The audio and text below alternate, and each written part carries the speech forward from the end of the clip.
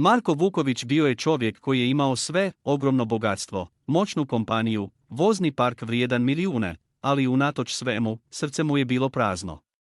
Već 10 godina živio je s boli koju nije mogao izliječiti.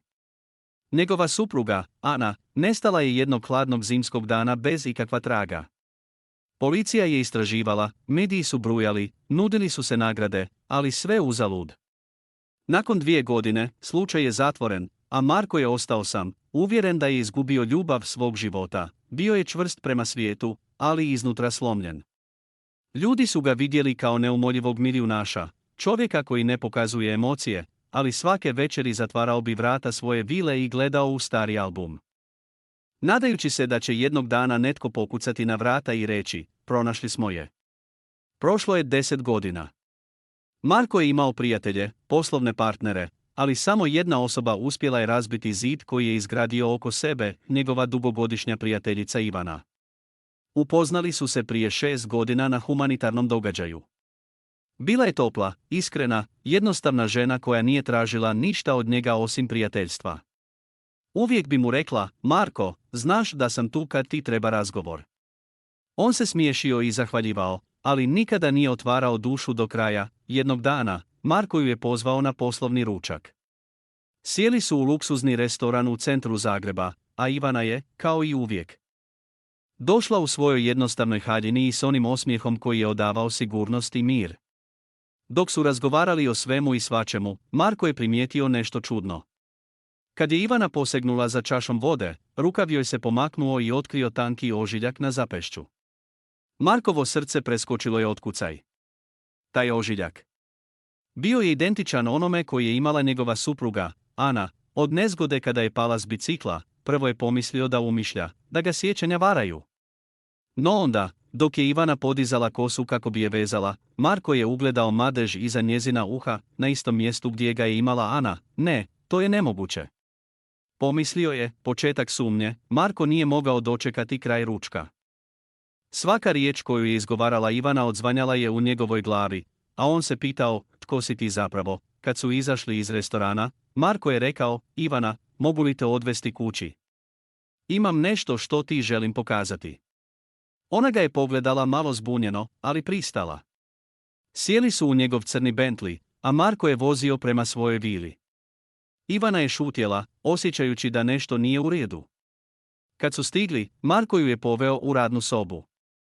Na stolu je stajala stara fotografija, Ana i Marko na plaži, smiješe se, zaljubljeni, suncem okupani, Ivana. Ili kako god da se zoveš. Tko si ti? Upitao je, glasom koji je drhtao od bijesa i nade u isto vrijeme. Ivana je problijedjela. Pogledala je fotografiju, zatim njega, pa ponovno fotografiju. Oči su joj se napunile suzama. Marko, molim te, nemoj. Nemoj to raditi. Jesi li ti Ana?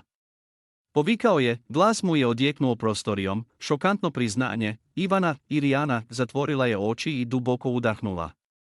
Nakon 10 sekundi šutnje koje su Marku izgledale kao vječnost, rekla je, da, Marko. Ja sam Ana. Marko je osjetio kako mu se svijet ruši i gradi u isto vrijeme. Kako? Kako si mogla? Nestala si. Umirao sam svakog dana, tražio te. Zašto? Ana je počela plakati, suze su joj se slijevale niz lice. Marko, nisam imala izbora. Tog dana kad sam nestala. Nisu to bile slučajnosti. Bila sam u opasnosti. Došla sam do nečega što nisam smjela znati, tvoj poslovni partner, Luka. On nije bio ono što si mislio. Prijetio mi je. Rekao je da će te uništiti ako ostanem uz tebe. Morao si ostati čist, a jedini način da te zaštitim bio je da nestanem. Marko je bio šokiran. Luka. Njegov najbliži prijatelj i poslovni partner. On, koji mu je pomogao izgraditi carstvo, Ana. 10 godina. Živjela si kao netko drugi. Ana je klimnula, morala sam. Promijenila sam izgled, identitet, sve. Godinama sam pratila izdaleka, gledala kako rasteš, kako se boriš. A kad sam te srela na onom događaju, nisam izdržala. Morala sam biti blizu, barem kao prijateljica. Marko je sjedio u tišini, Ruke su mu se tresal, znaš li ti što si mi učinila? Mislio sam da si mrtva.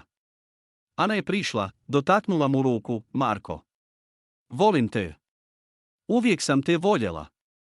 Neočekivani obrat, prije nego što je uspio odgovoriti, vrata su se naglo otvorila. Ušao je Luka s pištoljem u ruci. Bravo, Ana. Upravo si uništila 10 godina truda. Mogao si imati sve, Marko, ali sad. Sad ću tebe i nju zauvijek ušutkati. Marko je ustao, spreman stati ispred Ane. Ali tada se dogodilo nešto neočekivano. Ana je iz torbice izvukla policijsku značku. Luka, ovo je kraj. Pod istragom si već godinama. Sve tvoje prijevare, pranje novca, ucjene. Snimljeno je. Tvoja mreža je gotova. Luka je problijedio, ali nije odustao. Pištolj je i dalje bio uperen u nju.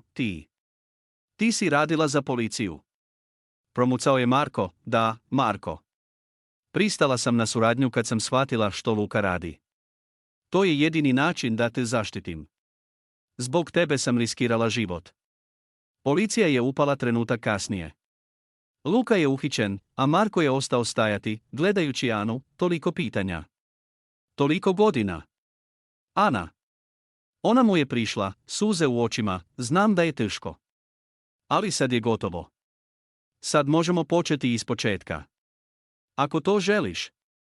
Marko je duboko udahnuo. Pogledao ju je i po prvi put nakon 10 godina nasmiješio se. Ana. Nikad te nisam prestao voljeti. Ona ga je zaglila, a kamere koje su sve snimale za policiju ostale su svjedok njihove ljubavi koja je preživjela i 10 godina tame. Kraj ili novi početak. U vijestima sljedeći dan. Poznata kriminalna mreža pala. Milijunaš i supruga ponovno zajedno nakon 10 godina razdvojenosti. Ali duboko u sjeni, netko je promatrao. I rekao, ovo još nije gotovo. Marko je ostao sjediti u tišini dok su policajci izvodili Luku iz kuće, a plava svjetla patrolnih vozila obasjavala su prozore njegove vile. Srce mu je još uvijek tuklo kao ludo, a pogled mu je bio prikovan za Anu. Toliko godina čekanja, toliko besanih noći, a sada stoji pred njim, živa. Opipljiva, ali ne više ona ista žena koju je poznavao. Ana je tiho zatvorila vrata za policijom i polako mu prišla. Na njenom licu bile su suze, ali i tragovi umora, 10 godina života u strahu, skrivanja, borbe. Sjela je preko puta njega, gledajući ga u oči. Marko.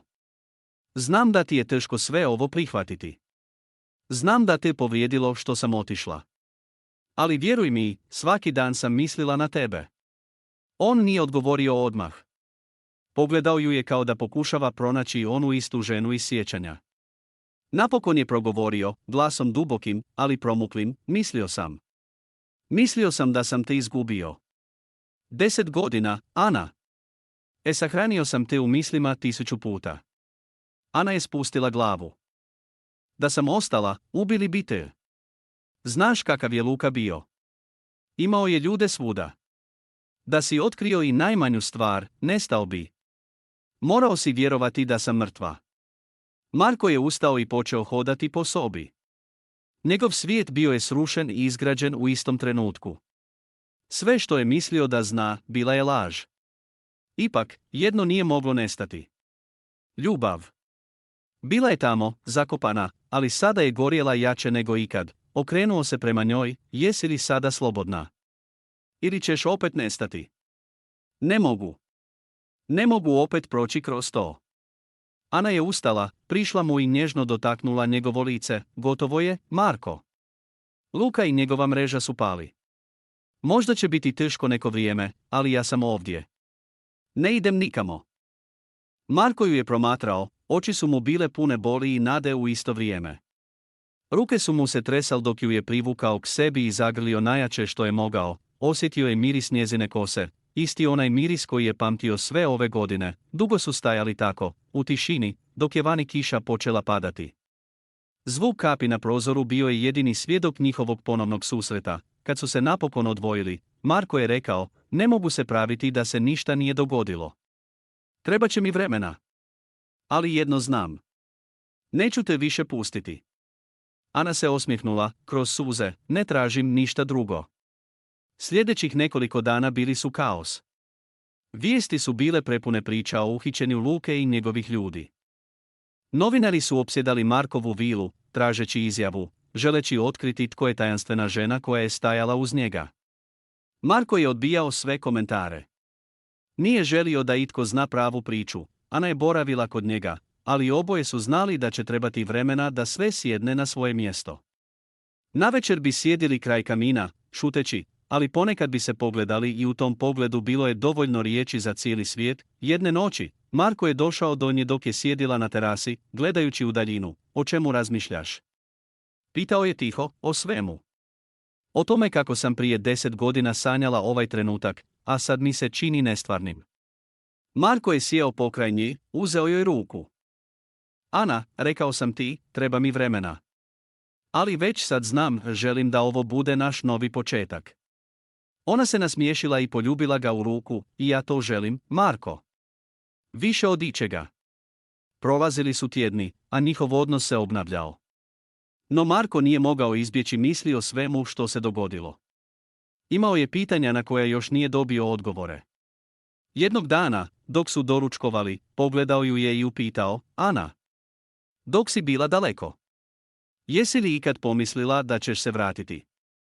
Ana ga je pogledala duboko u oči, svaki dan. Ali nisam znala hoćeš li me prihvatiti. Ili hoćeš li uopće biti živ? Luka je bio svuda. Morao si me mrziti. Marko se nasmijao gorko, mrzio? Ana. Mrzio sam život bez tebe. Njene oči zasuzile su ponovo. Poljubila ga je, nježno, ali s onom strašću koja je godinama bila skrivena, ali baš kad su pomislili da je sve iza njih, stigla je vijest koja je promijenila sve.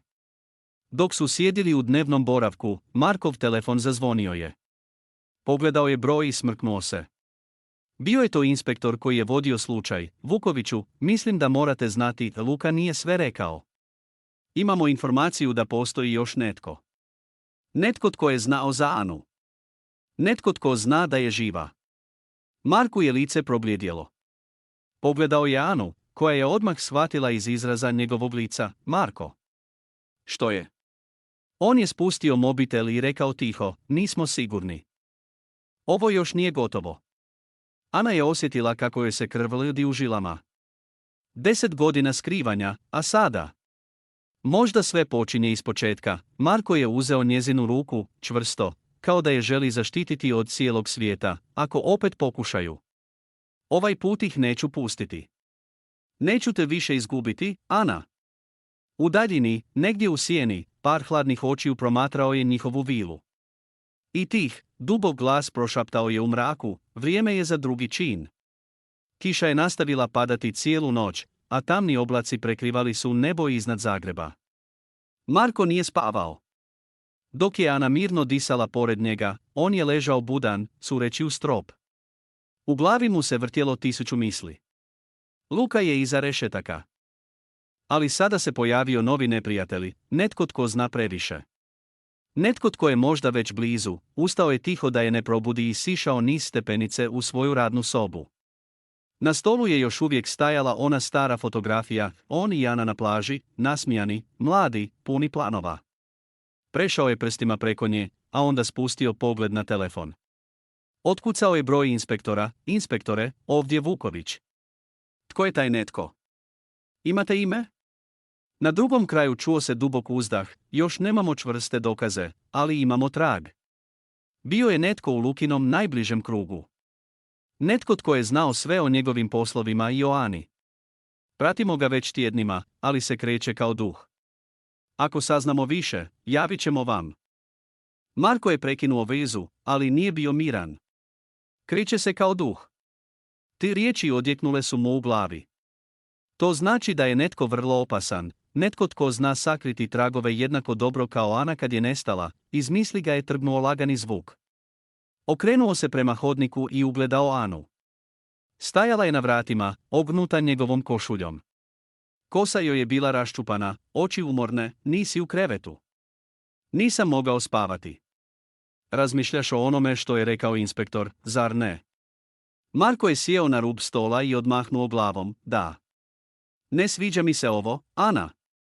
Netko je vani, netko tko zna za tebe. Neću dopustiti da ti se išta dogodi. Ana je prišla bliže, spustila ruke na njegova ramena i pogledala ga u oči. Marko, prošla sam pakao. Znam kako se boriti. Nisam više ona ista žena koja je nestala prije 10 godina. Ako netko dođe, bit ću spremna. Njegovo srce se steglo kad je to čuo. Toliko je želio da ona bude sigurna, da više nikad ne mora živjeti u strahu. Ali znao je da će ovaj put morati biti zajedno, rame uz rame, te noći, odlučili su nešto, neće više bježati. Ako opasnost dolazi, suočit će se s njom. Sljedeća 3 dana Marko je pojačao osiguranje vile. Kamere, čuvari, pancirna stakla, ništa nije prepustio slučaju. Ana mu je pomagala, iako je vidio da joj to vraća loša sjećanja. Jedne večeri, dok je sjedila u fotelji s čašom vina, rekla je tiho. Znaš, kad sam otišla. Mislila sam da ću te jednog dana vidjeti, ali nisam znala kako ćeš reagirati. Bojala sam se da ćeš me mrziti. Marko je sjeo nasuprot nje, mrziti? Ana, svaki dan sam se molio da si živa. Svaki dan sam sanjao da te zagrlim. Ali kad si se pojavila, osjećao sam sve, i ljubav i bijes i sreću i bol. I dalje sve to osjećam. Ana ga je pogledala, oči su joj zasuzile. Ako ti ikad bude previše, ako osjetiš da ne možeš, reći ćeš mi, zar ne? Ana, prestani. Nikad te više neću pustiti. Tišina je ispunila sobu. Gledali su se, a onda joj je prišao, uzeo joj čašu iz ruke i spustio je na stol. Privukao ju je k sebi i poljubio. Bio je to poljubac koji je čekao 10 godina, poljubac koji je nosio težinu svih izgubljenih trenutaka, ali njihov trenutak mira nije dugo trajao. Ujutro, kad je Marko izašao iz kuće kako bi otišao na sastanak, na hobi njegovog automobila stajala je bijela omotnica. Unutra fotografija, na slici su bili on i Ana, sinoć, dok su sjedili u dnevnom boravku. Netko ih je fotografirao izvana, Marko je osjetio hladan znoj niz leđa. Pogledao oko sebe, ali nije bilo nikoga. Uzeo je fotografiju i vratio se u kuću. Ana je sjedila za stolom i pila kavu kad je on bacio omotnicu pred nju. Ona ju je otvorila, a lice joj je probljedjelo. Marko. Ovo znači da znaju gdje sam. Da su ovdje. Marko je stisnuo šake. Ne, Ana. Ovo znači rat. Te večeri nazvao je inspektora i rekao, našli su nas. Više ne čekam. Hoću ime. Inspektor je šutio trenutak, a onda rekao, Marko, ne želim te uvući u ovo, ali ako inzistiraš, zove se Petar Grubić. Bio je Lukina desna ruka, ali kad je Luka pao, nestao je. Imamo razloga vjerovati da sada ide za tobom. I Anom. Ana je čula razgovor i osjetila kako joj srce lupa. Petar. Marko, taj čovjek je opasan. Ako je on ovdje, neće stati dok nas ne slomi. Marko ju je pogledao, oči su mu bile pune odlučnosti, onda ćemo mi stati prije njega. No ono što nisu znali, Petar ih je već promatrao. Sjedeći u crnom automobilu 100-tinjak metara dalje, pušio je cigaretu i gledao prema vili. Na stražnjem sjedalu bile su fotografije Marko, Ana, vila, čuvari, raspored kretanja. Sve je bilo isplanirano, dok je bacio opušak kroz prozor, promljao je sam za sebe, vrijeme je da završim ono što Luka nije mogao. Kiša je ponovo počela padati, a noć se spuštala nad gradom. U Markovoj vili, svjetla su gorjela, a unutra su sjedila 2 čovjeka koja su voljela jedno drugo, nesvjesni da najopasnija noć tek dolazi, te noći nije bilo sna. Marko je hodao po kući poput lava u kavezu, svako malo provjeravajući kamere i osiguranje. Ana ga je promatrala iz kuta prostorije, držeći šalicu čaja koji je odavno izgubio toplinu. Znala je da se nešto sprema, osjećaj joj je govorio. Onaj isti instinkt koji joj je 10 godina ranije spasio život. Marko, sjedni. Ne možeš tako hodati cijelu noć. On ju je pogledao, oči su mu bile umorne, ali pune odlučnosti. Ana, ti ne razumiješ. Petar nije običan čovjek. On je hladan, proračunat. Ako nas je već pronašao, znači da ima plan. A ako ima plan, onda je sve ovo samo početak. Ana je spustila šalicu i prišla mu, stavila ruke na njegovo lice, onda ćemo biti korak ispred njega. Kao što smo oduvijek bili. Zajedno. Te riječi su ga na trenutak smirile. Poljubio joj je dlan i duboko udahnuo. Zajedno. Ali mir je trajao svega nekoliko sati, točno u 3 ujutro, kada je tišina kuće bila najdublja, na monitoru sigurnosnih kamera zasvijetlilo je upozorenje. Marko je dotrčao do ekrana i ugledao čovjeka u crnom kako preskače ogradu s istočne strane imanja. Bio je brz, tih, poput sjene. Marko je istrčao u hodnik, otvorio sef i izvadio pištolj. Ana ga je pratila, srce joj je lupalo u grudima. Što radiš? Što misliš, Ana? Štitim te. U tom trenutku, svjetla u kući su zatreperila i ugasila se. Mrak je progutao sve, a kroz tišinu se začulo puketanje, netko je presjekao struju. Ana je zadrhtala, ali nije vrisnula. Znala je da bi vrisak bio poziv smrti. Marko je tiho otvorio ladicu i izvadio baterijsku lampu. Pogledao ju je i šapnuo, idi u tajnu sobu. Odmah. Ne. Ne ostavljam te. Ana, molim te. Ne. Ako me opet ostaviš, ovaj put nećeš imati priliku da me pronađeš. On joj je pogledom rekao sve, strah, ljubav, bol, ali nije bilo vremena za raspravu. U tom trenutku čuo se zvuk stakla koje se razbija u kuhinji. Netko je bio unutra, Marko je podignuo pištolj i tiho krenuo prema izvoru zvuka. Ana mu je bila odmah iza leđa. Korak po korak, hodali su kroz mračnu kuću, osluškujući svaki šum. Srce im je kucalo tako glasno da im se činilo da ga i uljez može čuti. Kad su stigli do kuhinje, vidjeli su razbijeni prozor. Hladan zrak ulazio je unutra, a zavjese su se pomicale poput duhova. Nigdje nikoga. Ali Marko je znao, Petar je tu, negdje u kući, iznenada, iza njih začuo se šapat, lijepa kuća, Marko. Baš lijepa. Šteta što će večeras izgorjeti. Marko se okrenuo, ali bilo je prekasno. Netko ga je udario s leđa i pištolj mu je ispao iz ruke. Ana je vrisnula, a iz tame se pojavila silita visokog muškarca. U ruci je držao nož koji je bljesnuo na mjesečini. Ana. Dugo se nismo vidjeli. Rekao je hladnim glasom, ona je probljedjela, Petre. Marko se pokušao podići, ali Petar mu je pritisnuo nogom prsa, ti ostani dolje, milijunašu. Ti i tvoj novac ste uništili sve. Luka je trunuo u zatvoru, a ja. Ja sam morao nestati. Ali znaš što? Vrijeme je da naplatim dug.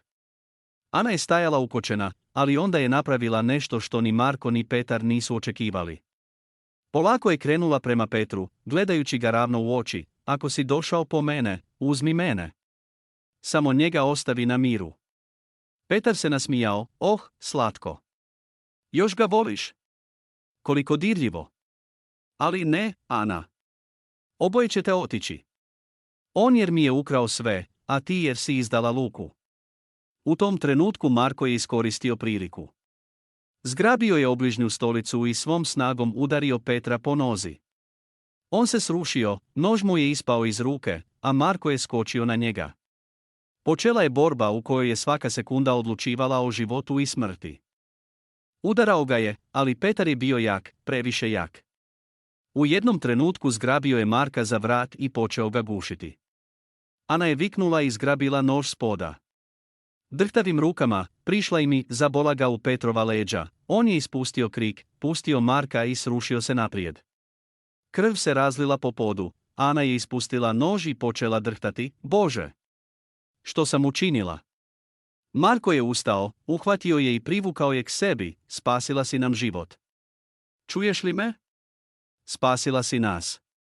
Petar je ležao na podu, disao teško, ali nije bio mrtav. Pogledao ih je s mržnjom i promljao, ovo nije kraj.